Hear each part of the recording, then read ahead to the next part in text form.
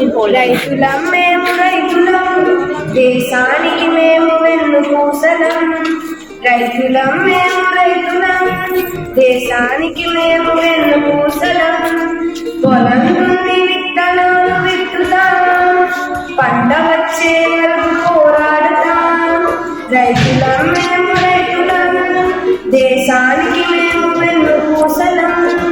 ఏడాదంత పంట కోసం పోరాడుతాం, పంట